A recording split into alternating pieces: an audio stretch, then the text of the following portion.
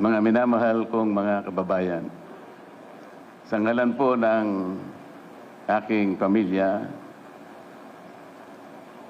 ako'y taus-puso pong nagpapasalamat sa natatanging pagtitiwala na ipinagkaloob ninyo sa akin at sa pagkakataong makapaglingkod bilang isang senador ng ating bansa.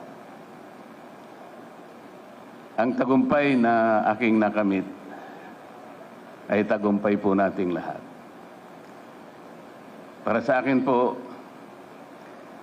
ito ay tagumpay na rin ng pag-iral ng demokrasya sa ating bansa.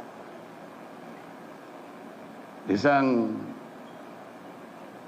panibagong yugto na nangangailangan ng nagkakaisang pagkilos para sa kabutihan ng ating bansa.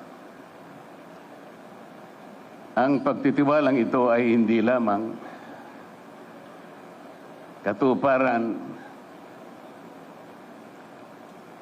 ng isang karangalan na iginawad sa akin.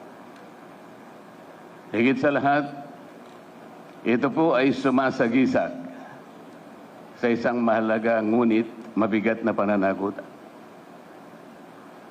Ang paglilingkod ng buong katapatan.